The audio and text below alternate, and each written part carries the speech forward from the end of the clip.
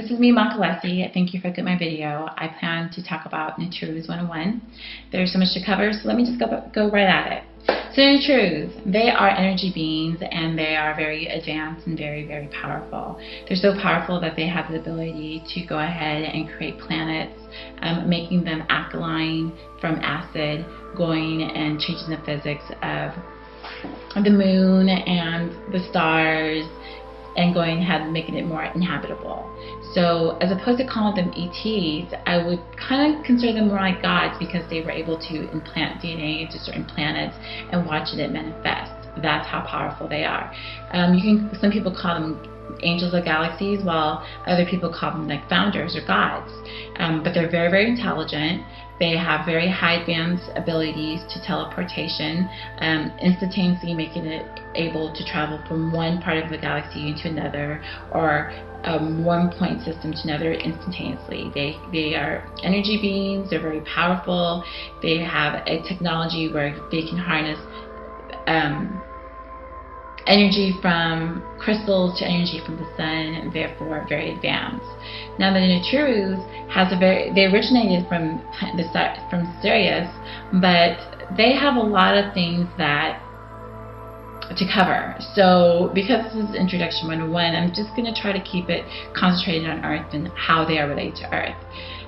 Basically, with Earth, what happens with the evolution of Earth is they kind of made Earth acid into alkaline by theory, and they went ahead and planted some DNA. They also went into other planets and tried to create these evolutionary planets in hopes of making civilizations, and therefore being able to monitor and watch it grow. But with Earth, unfortunately, what happened was they kind of left Earth and planted some DNA and forgot what happened. And what happened is when they came back, they realized that there was this really beautiful civilization on Earth, which was the Mu civilization. Now, if you don't know what the Mu civilization is, that is connected to the Snake Empire. That's when all the Snake Empires was one, and they were more fourth, fifth dimensional, and very highly intelligent, and were telepathic and very spiritual. So what happened is when the Neterus came back and they saw that they planted DNA on this planet that they made alkaline, they said, this is going a little bit faster than we expected. Therefore, let's dismantle them. Let's separate them and make them going according to the plan that we originated. So this is where the theory of where the snake people starts to divide as one. They divided. You had the Zane people go into Asia. You had the Lemurian people go to Oceania. You had, you have all other types of people like the Zing and the Oceanus people just all around the globe.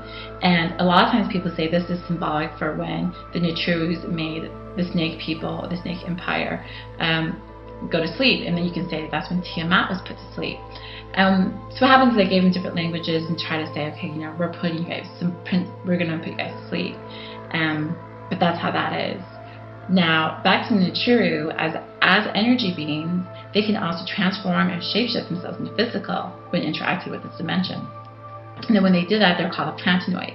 And the reason they call themselves a planetoid is, unlike mammaloids, they can depend on the photosynthesis of the sun and water to survive. Therefore, they were more like plants. And a lot of times when you look at them, their skin was either green or it was blue, and sometimes it varies to black. And in ancient Egypt, you can always see them talking about the Neterus, and they also had gods who were blue, green, and black. And this is basically saying that this god was more symbolic or more connected to the planetoid body. Now, one of those gods is called Osiris. Now, if you see Osiris, you know that he's green. Now, not only was he a god, but he was also a principle trying to remind us that we need to reconnect with our astral body.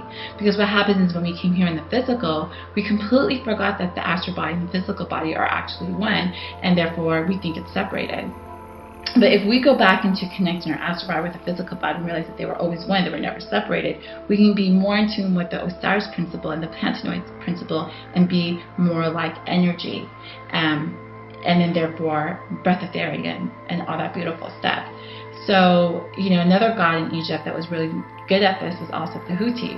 He was more like Neterus and able to recreate himself from being physical, going back to energy, reinventing himself, manifesting back in the physical, like a planetoid would do, and like a Neteru would do.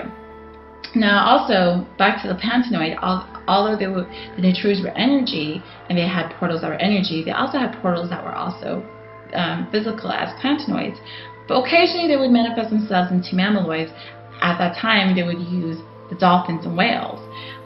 So they would they were brilliantly able to shapeshift from energy to Pantanoid to dolphins and whales and stuff and whatnot. But sometimes some of them got stuck at that mammaloid section and weren't able to shift back. But that's a whole other story. So basically, that's how the Neterus can go from energy to Pantanoid to mammaloid, and that's how Osiris is connected to the Pantanoids and the snake people.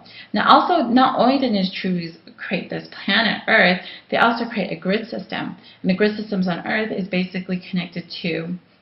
You can kind of connect it to a chakra in the human body, because I like to think of Mother Earth as like a human.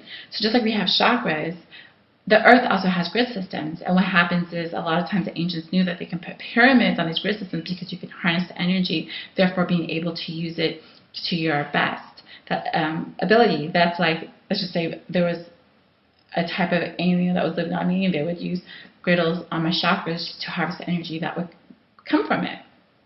So a lot of times you can tell that was because of the ancient systems. So that's like a really quick introduction to the Neterus, who they are, what they are, their energy beings, manifesting as Pantanoids, highly intelligent, very powerful, highly advanced, created portals that till this very day a lot of ancient beings still use them because it's very, very powerful and can take you from point A to point B instantaneously. Knew how to harness energy crystals, knew how to use sun energies, and knew about star systems, traveling, and were connected to a lot of ancient civilizations. And if this video is a success and people want to learn more, I plan on doing maybe ET 101 or Neteru 102. So thank you for looking at my videos. I hope you had a good time watching, and I'll see you in my next one.